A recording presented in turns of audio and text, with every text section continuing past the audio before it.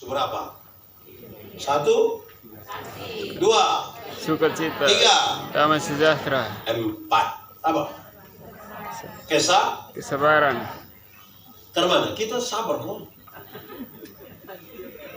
Kita ini orang-orang sabar semua kok.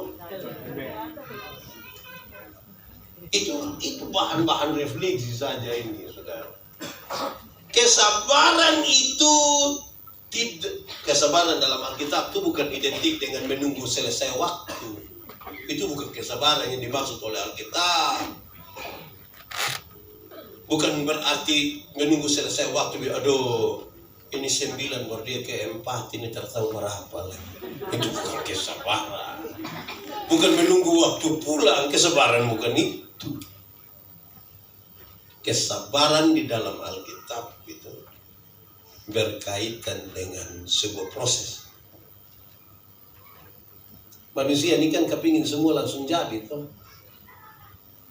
Ada banyak orang termasuk pendeta, termasuk orang persekutuan doa tuh kalau sakit kepingin sentuh sebegini baru bilang dalam nama Yesus sembuh. Dan kita pun kepingin cepat-cepat sembuh.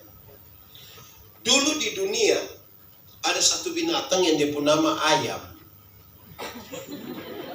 Ini ayam ini dibedakan dalam ayam jantan dan ayam, ya, itu ayam. Tapi tiba-tiba muncul satu ayam yang dia pun nama ayam potong. Akhirnya itu ayam yang tadinya hanya nama ayam, sekarang dia berubah menjadi ayam kampung. Karena tiba-tiba sudah ada ayam Potong. Akhirnya bikin kita bingung. Ini ayam potong yang di kampung atau ayam kampung yang dipotong? Kita juga dipusing. Tapi saudara lihat, saudara ada ayam kampung kok?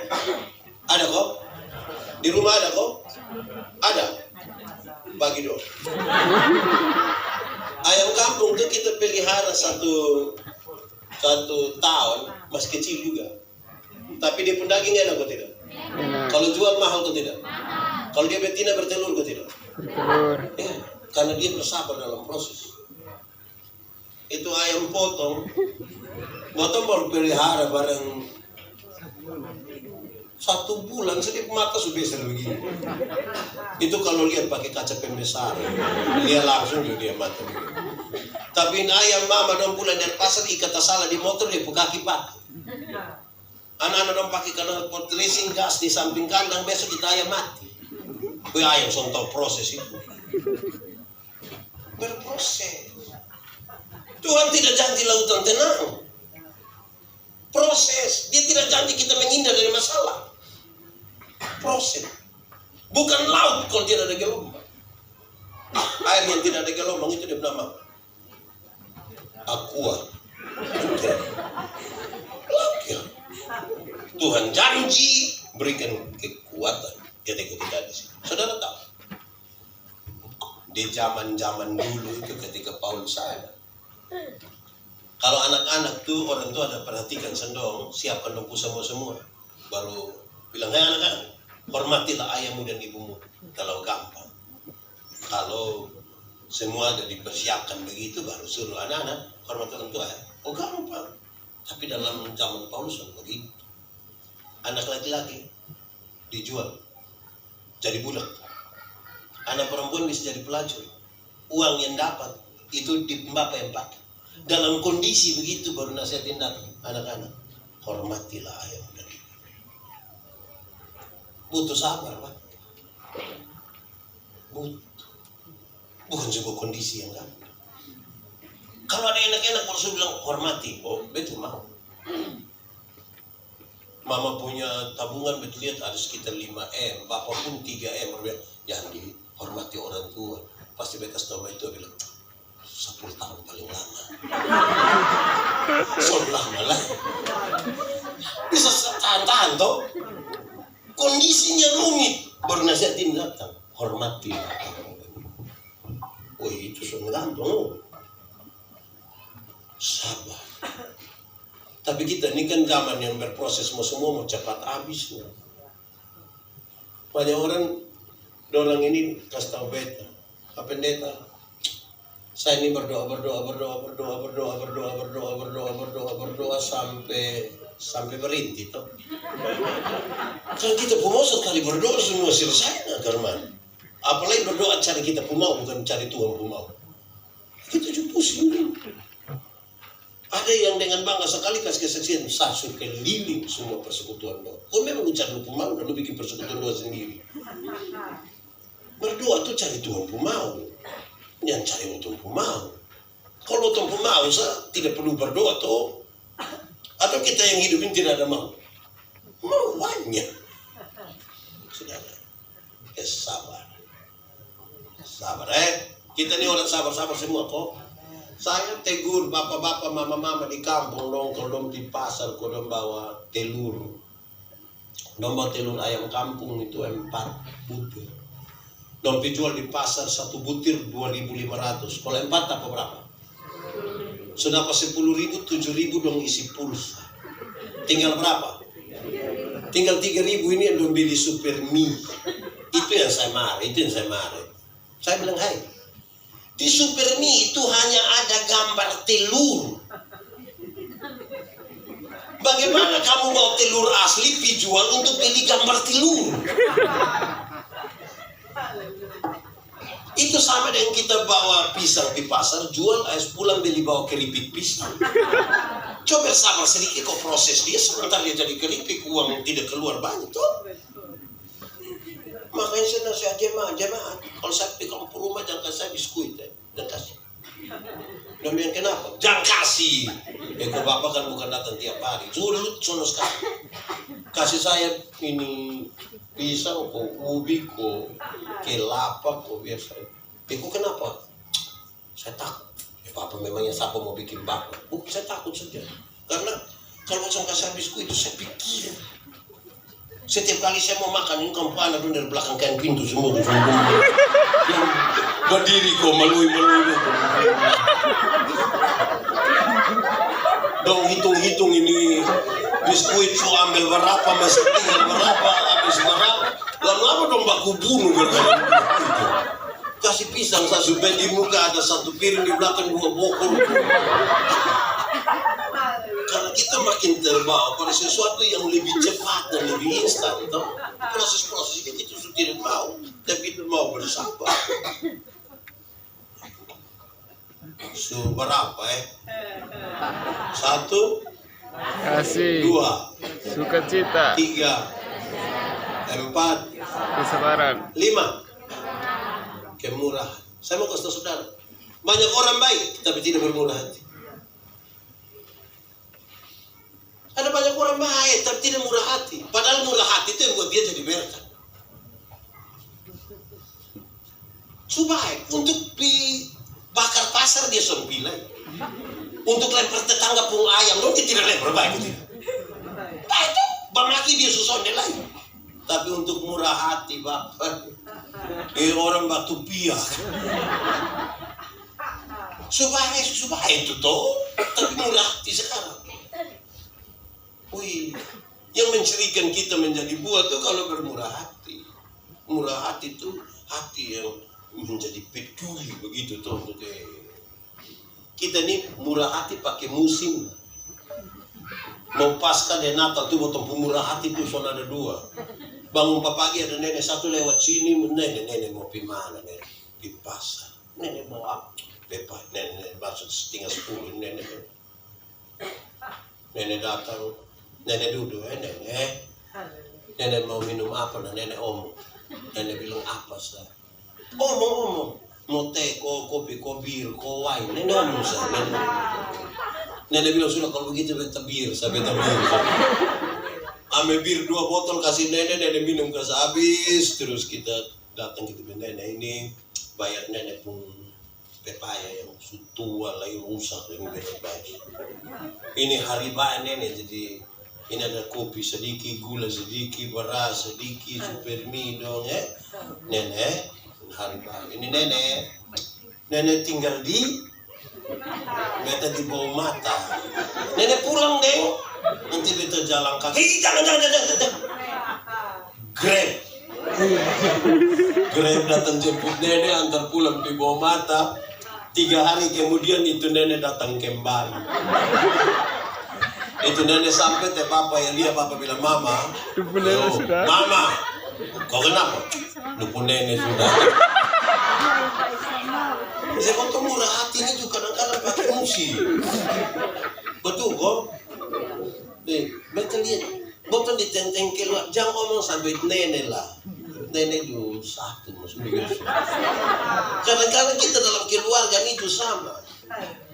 Kalau suami pun keluarga yang datang dia sudah lama juga makanan belum keluar. Pasti ngasih di situ nanti bertakut dia keluar di piring busa ini sayur putih. Dibilang memang satu ketaruh bobo ayam sedikit baru makan tahu tirutong ke mana kau sudah apa dia. Ini kalau laki pun ini keluarnya. Tapi kalau dia punya datang tak kuju baru salam ayam sudah ayam.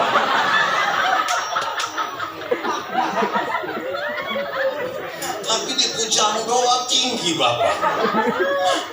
Murah hati karena kemurahan. Waktu ini kadang-kadang tidak pun kemurahan. Beta biasa kasih tahu ini panitia di gereja. Memang bosan panitia ini mantap. Tapi yang saya tahu kalau setuju juga. Kenapa? Kodong ini biasa kalau ke hari raya begitu. Dong catat ini nenek-nenek yang penerima diakonia loh ini. Situ pas nenek ikut gereja dong bilang begini. Bagi para penerima diakonia supaya setelah ibadah ini kalian bersabar sebentar. Wih, yang sehat-sehat semua sebulan tinggal nenek semua ini. Baru dong mulai bangun kau baca. Nenek Manobe. Nenek Manobe datang ke dalam dong mulai ame dong punya beras, dong punya telur, kan beras atau cuma Nenek Manobe. Terus dong bilang, nenek, sabar kok kita foto dulu, kita foto. Saya tanya kita dong. Kira-kira kalau bermurah hati sedikit antar langsung di rumah bisa betul? Bisa atau tidak? Murah hati sedikit lah, kalau untuk dokumentasi fotonya di rumah bisa atau tidak? Lalu panggil Nenek Manobe datang untuk saya punya nenek ada apa-apa kamu tanggung jawab? Sudah. Kadang-kadang kita nih yang kita mau bikin karmana kok. Kalau bermurah hati nih, sudah pi. Dan kadang-kadang jengkel yang hanya dikasih supermisi sepuluh ini apa di kampung sana foto berbilang indahnya berbagi. Orang murah hati sudah sampai begitu juga. Kasih sah. Kayak apa gua? Kita nih yang terlalu lebih bikin seberapa? 5. 1, Kasih. 2, Sukacita. 3, Damai sejahtera. 4, Kesabaran. 5, Kemurahan. 6. Oke? Kebaikan. Ini dong orang baik semua. Sama kasih saudara, kebaikan itu respon. Kebaikan itu respon. Respon terhadap apa Pak Pendeta? Respon terhadap kasih karunia. Karena tidak mungkin mau masuk surga kalau bukan Tuhan. Orang penginjilan dong selalu bilang begini, dosa itu apa? Dosa itu melanggar kehendak Allah. Betul kok? Terus dia bilang begini, kalau satu hari kita langgar kehendak Allah 3 saja. Dosa pikiran 1, perkataan 1, perbuatan 1. Kalau satu hari 3, 1 bulan berapa? 3 kali 30 hari? Ya. Kalau 1 bulan 90, 1 tahun berapa? 90 kali 12 bulan. 1080. Taruhlah 1000. 1 hari 3, 1 bulan 90, 1 tahun 1000. Nah coba masing-masing kali dan dia umur 1000 kali. Saya umur 45 tahun deh. Kalau sekali 1000 berapa? 45.000 dosa. Pendeta Yandi bisa masuk surga. Ini kan tanya yang lebih tua dong lah teh parah. Itu baru sehari 3. Itu baru sehari 3. Apalagi kalau sehari tidak bisa itu. Kok kita duduk-duduk begini, saya ketemu pikiran ini ada berdosa juga ada ini. Wih, Kita mau lebih baik dari orang lain. Upah dosa ialah itu dosa besar atau kecil. Nah, berarti betul. Beruntung karena kasih karunia kita diselamatkan. Makanya kebaikan adalah respon terhadap kasih karunia. Saya pakai contoh saja. Anggap saja beta dan kakak ini kan dulu tidak kenal. Terus beda apa dia nomor telepon, beta telepon dia kakak. Sebentar malam jam 12 bisa ketemu beta di Jalan El Tarik, kok depan rumah jabatan gubernur. Kira-kira waktu mau begitu? Dia ada ayam satu di rumah, beta tidak kenal dengan dia. Video rumah kira-kira dia kasih itu ayam atau tidak? Tidak ya, beta rubah pertanyaan. Beta mau kasih dia oto baru satu. Kira-kira dia mau atau tidak? Mau Terus beta beli kasih dia oto baru satu, Pajero Sport. Harga kira-kira 700 juta Terus beta kasih dia cuma-cuma kaki, cuma-cuma. Kira-kira ada perubahan perilaku dari dia ke beta kosong. Beta pun jam 12 malam dah kosong. Beta dia ke rumah ada ayam satu dia kasih kosong. Kenapa dia terkuju baik begini? Sesuatu yang disupport oleh dengan cuma-cuma, kebaikan yang dia buat itu ungkapan syukur. Dia tidak paksa diri ku berbuat baik. Oh ini namanya Tuhan sudah korban bagi motor. Ini motor bisa buat apa? Motor bisa buat apa? Makanya dia bikin baik itu aja. Itu ungkapan syukur. Oh motor ini manusia berdosa. Bapak mama dong tidak akan pernah dengar pendeta yang ini pencuri. Tidak akan, saya tidak akan. Koma. Tapi saudara tidak tahu apa yang saya pikirkan di sini. Itu kan gak penuh dosa. Saya mengira. Saudara, lalu kita mau masuk surga dan kita punya keadaan ini. Beruntung Tuhan menebus menyelamatkan kita. Sebab oleh kasih karunia kamu sudah selamat. Woi, kebaikan yang saya buat ini ungkapan. Banyak orang bisa bikin acara syukur tapi belum tentu dengan hati bersyukur.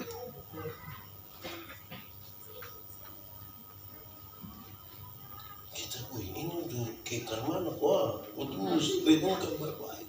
Karena buah yang akan membuat kita ada nilai.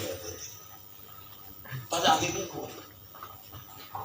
Seberapa kita so 6 sedikit so habis. Mungkin asin buat makan. Pasti ada toh. Saya jujur. Untuk apa mau tapi sengaja aduh kalau Tuhan berkenan. Oke, satu tadi apa? Kasih. 2. Kecita. 3. Damai sejahtera. 4. Sabaran. 5. Kemurahan. 6. Kebaikan. 7. Kesetiaan. Ini dong setia semua. Setia. Setia itu berarti tetap pada janji. Setia itu berarti tetap pada janji.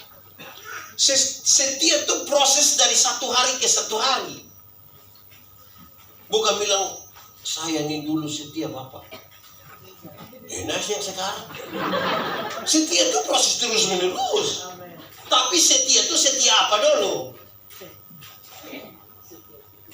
Setia apa dulu? Saudara, setia itu sangat berkaitan dengan integritas kita. Integritas itu kesatuan antara pikiran, perkataan, perbuatan. Saudara tahu bahwa saya kalau ini kelatihan berkhotbah ke majelis dom pendeta don saya bilang begini. Don tanya saya begini, pendeta, yo khotbah yang baik itu yang karmana. Saya lupa maksud. Khotbah yang baik itu tulis atau tidak tulis, berapi-api atau berair-air. Saya khotbah yang baik bukan soal tulis atau tidak tulis, bukan soal berapi-api atau berair-air. Khotbah yang baik ialah omong karmana, bikin karmana. Kau omong karmana lah. Omong karmana bikin, jangan omong lain bikin.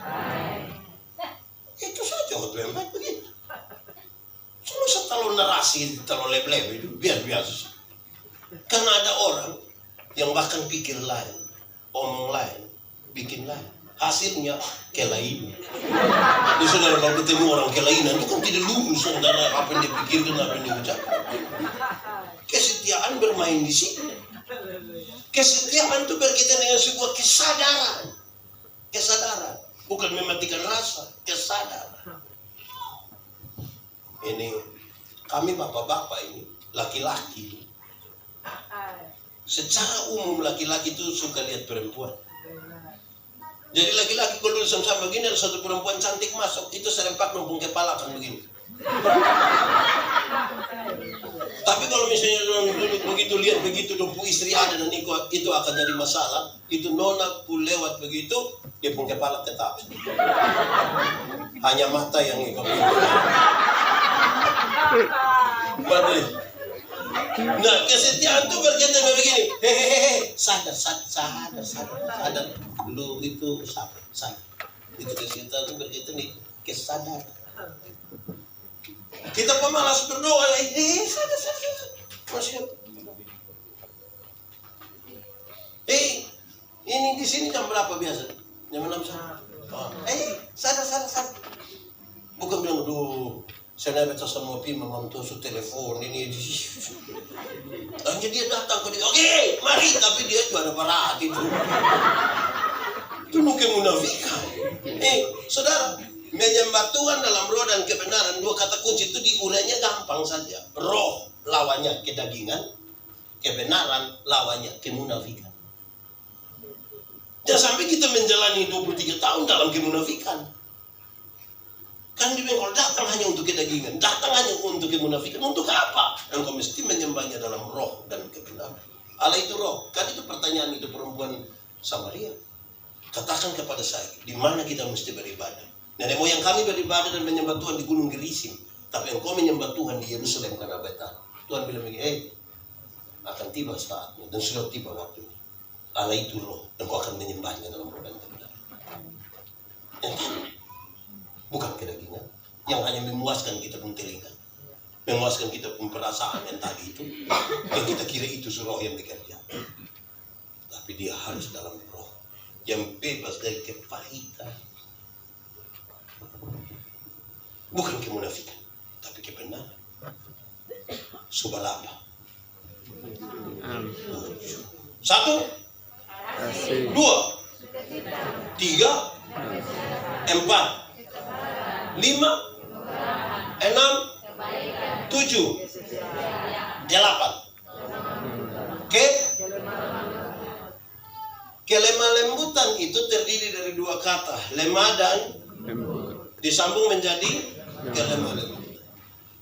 Saudara, saya berkhotbah tentang kelemah lembutan. Saya bilang kami suami-suami di NTT ini hanya sampai di lemah saja. Lembut tidak. Bapak maksud, ketika kami lemah baru kami mengerti kelembutan. Kalau dia sakit kok semua mati itu tiba-tiba dia pubai. Mama terbaik.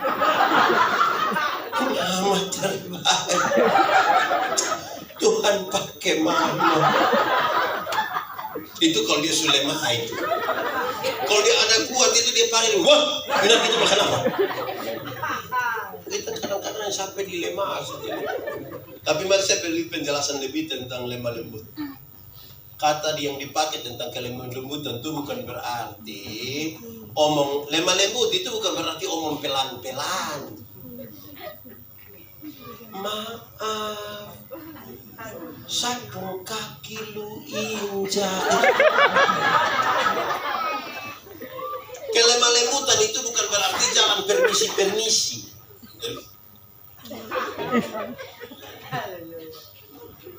Kelemah lembutan adalah titik paling tengah antara benar-benar marah dan benar-benar tidak marah, supaya dia marah pada waktu yang tepat dan tidak marah sembarang. Itu kelemah lembutan yang dimaksud dalam inteks. Marah itu boleh atau tidak? Boleh. Tapi marah itu proporsional. Ayub pasal 2 ayat 9-10. Ketika Ayub luka-luka dari ujung kaki sampai ujung kepala, dia istri datang dia begini, Ayub, masih engkau percaya pada Tuhan? Kutukilah dia dan mati. Ayub bilang dia istri, engkau bicara seperti perempuan mungkin. Apa yang kau mau terima yang baik dari Tuhan? Yang tidak baik yang kau tidak terima. Dia tutup ayat ke-10 dengan kalimat ini. dalam semuanya itu, Ayub tidak berbuat dosa dengan mulut. Dia marah dia istri sifat, bukan marah dia istri pembadan. Jadi kalau ada anak malas, marah dia pun pemalas, bukan marah dia itu anak. Dan sampai anak yang pemalas itu datang yang selum bapak bilang, lu gimana kau bisa satu ini? Mana si pemalas? Itu marah dia pembadan. Alkitab bilang, untuk menegur kesalahanmu, aku tidak harus menjadi musuh. Kan kau baku sayang, kita baku kenal, penuh kasih dengan bapak-bapak. Minta maaf. Bapak pun bagian-bagian yang oleh bapak. Kasih begitu toh. Kita nih kayak apa kok? Kelema-lema tentu begitu. Ini orang pemalas satu datang, kita bilang, lu orang mana? Saya soe bapak, dia kamu soe, itu model begitu juga. Kok saya soe sendiri, kenapa soe semua? Kenapa? Belum dia omong, kok dia pumama sama ini?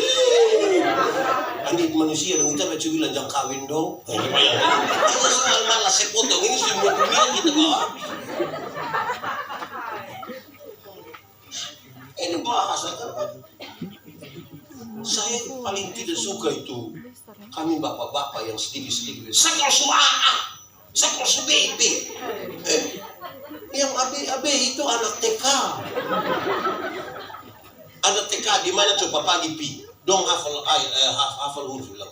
A, B, A dibaca. Ba. Jadi kalau sebentar pulang ke bab tua bilang sekol suara, sekol subebe. Tanya bab tua. TK di jangan jawab. Itu pertanyaan bisa jadi masalah. Oke. Mantap toh, saudara. Firman Tuhan dah begitu sudah. Kelemah lembutan, titik paling tengah antara benar-benar. Karena ada orang yang dia marah ini. Alkitab bilang, woi, jangan bawa amarahmu sampai ini matahari sudah terbenam berpuluh-puluh tahun ini dia tetap emosi terus kok. Seberapa ini? 8. Oke. Ke-9 semua habis.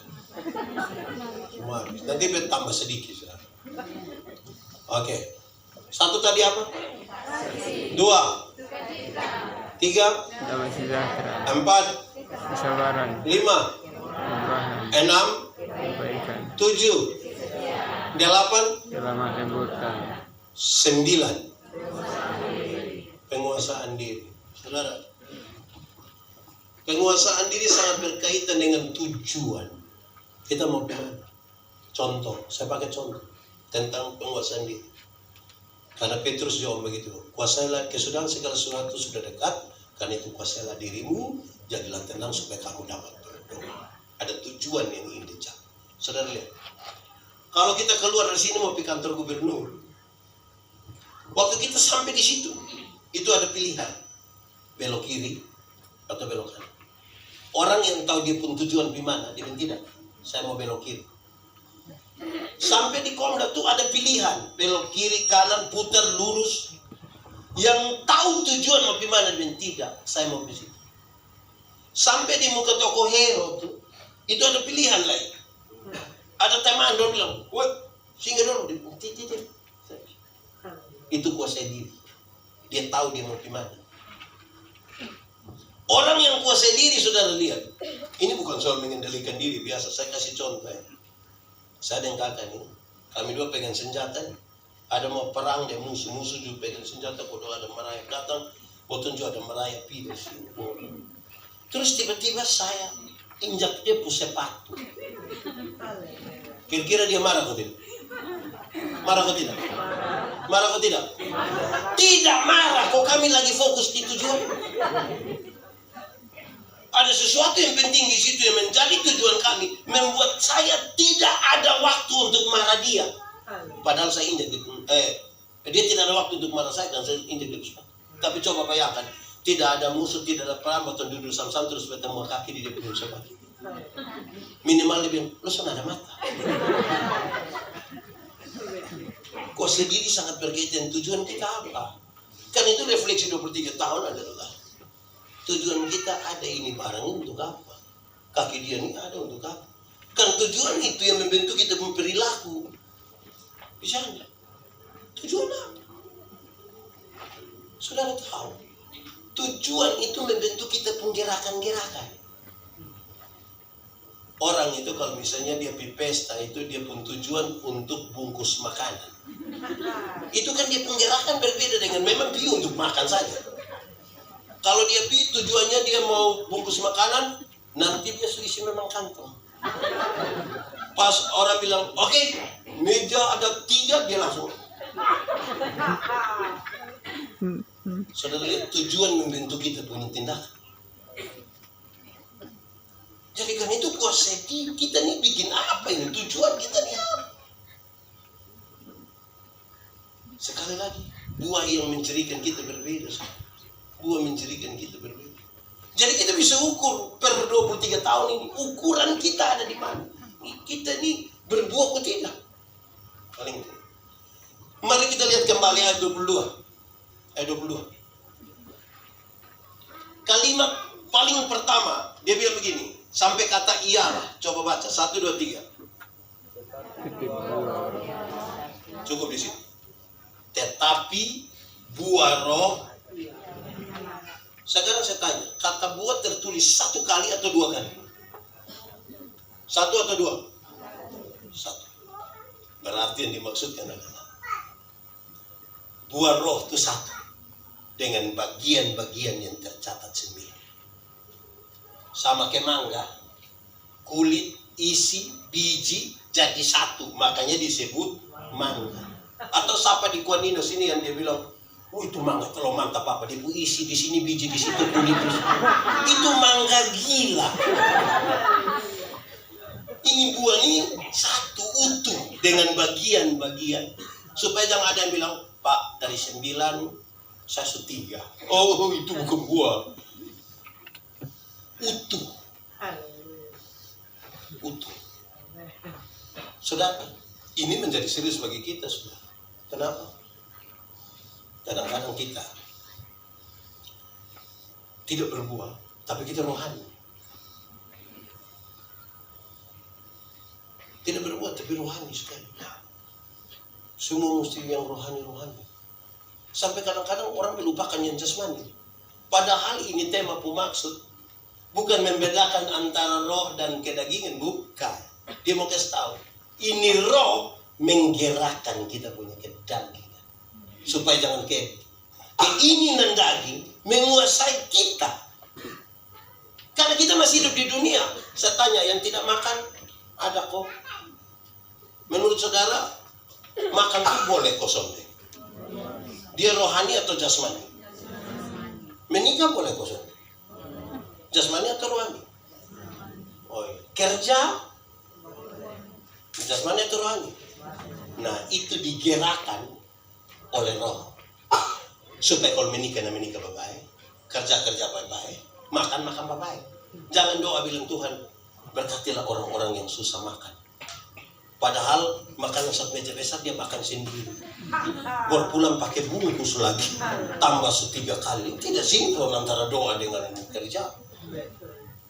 Harus berdoa, Tuhan berkati itu orang susah dong, tapi pakai saya sebagai saluran berkat. Saya ingat saudara saya kasih kesaksian kecil. 31 Maret tahun 2019 saya mati. Puji Tuhan, Tuhan kasih saya hidup kembali begitu. Lantas ini saya tanya dokter, mujizat itu kita kasih taruh di situ. Sekarang coba kasih tahu saya, kenapa saya mati? Dia Pak, kelelahan. Kelelahan memungkinkan ini memungkinkan ini. Oke. Baik, saya refleksi Tuhan. 2 minggu saya tidur. Malam-malam kerja, pagi kerja sampai malam-malam ulang lagi 2 minggu. Hari terakhir tanggal 30 itu saya duduk kerja sampai jam 1 pagi. Dan teman-teman pulang sampai rumah ingat besok pagi mau pimpin 3 kebaktian yang berbeda, dia punya tema. Sadar isu jam 4:30 pagi. Saya mandi dan sampai ternyata pas habis di situ saudara, ini ketua sinode beberapa teman datang dan saya bilang begini, Dandi, lu mau jangkau orang banyak loh. Dia, kalau lu mau jangkau orang banyak, lu jangkau duluan itu sendiri. Sebab lu sakit, lu tidak bisa menjangkau orang semua. Lu Lu harus pastikan lu anak supaya lu bisa menjangkau banyak orang. Datanglah para WL datang ke saya. Dong kan banyak tuh orang-orang dong pilih-pilih saya. Terus saya kasih tahu yang WL, mulain hari bosan berhenti menyanyi yang jangan lelah ya. Berhenti. Terus dong bilang begini, kenapa? Saya lelah ini makanya begini. Realistislah sedikit pada sebuah pernyataan, pada sebuah persoalan. Realistis. Ini kadang-kadang sudah nyanyi 30 lagu, mas tanya, sudah lelah? Yang belum. Dalam Tuhan kita tidak lelah. Saya bilang, cuma nyanyi dari malam sampai besok pagi kalau saya lihat.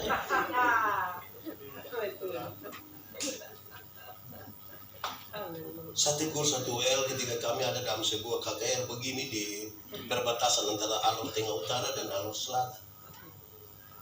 Kebetulan dia calon vikaris. Dia saya bilang begini, berhenti omong yang tadi malam ya. Dia bilang, kenapa? Lu berhenti. Terus dia bilang, oh kenapa Pak? Kan pas kami memulai yang malam pertama itu dia bilang begini, saudara-saudara, kita akan menyembah Tuhan dalam mau dan kebenaran. Karena itu mari kita bebaskan diri kita. Mari kita bebaskan roh kita. Kita bebaskan semua. Yang datang dengan persoalan, mari kita tinggalkan semuanya. Kita mau datang kepada Tuhan. Tapi orang datang bawa masalah, lu suruh ke setengah di luar. Supaya dong datang dong habis-habisan di sini, keluar dong ambil kembali masalah. Itu yang lu mau. Pilihlah kalimat yang benar. Kalau dia tidak datang mau di masalah, datang di Tuhan, dia bawa pisau. Coba selesai. Kalau dia tidak bawa itu masalah, dia tidak bawa ke Tuhan, dia bawa pisau. Kadang-kadang kita taruh sampai terakhir kita rasa itu benar, tapi tidak juga. Justru kalau dia datang di Tuhan, dia datang dengan seluruh keberadaan dirinya.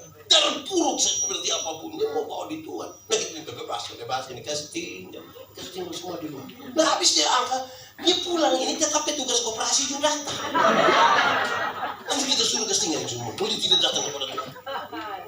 Akhirnya dia bisa berluar biasa dalam ibadah ini, tapi keluar dia tidak mampu menjalani kehidupan jasmaninya dengan baik.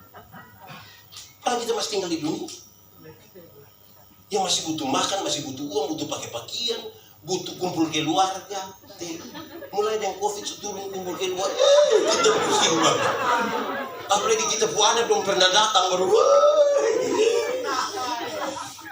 Jangan pikir kita di alam lain. Kita masih di tengah-tengah dunia. Amin kok. Mari kita tunduk kepala di agama. Kita angkat.